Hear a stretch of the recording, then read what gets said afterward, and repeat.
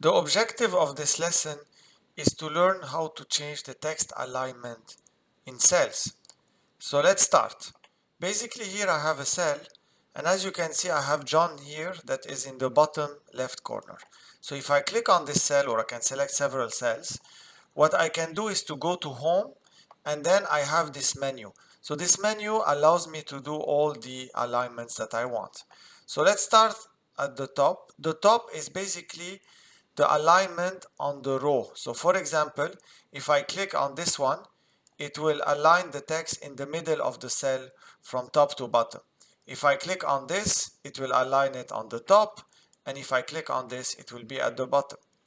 Now the second row is about the alignment based on the column. So if I click on this one, it's going to be on the left. If I click on this button, it's in the middle, and this button, it's on the right. Now another way to do all this is to click on this arrow under the same home ribbon, and then you'll get alignment, and here you can select the alignment option that fits you best.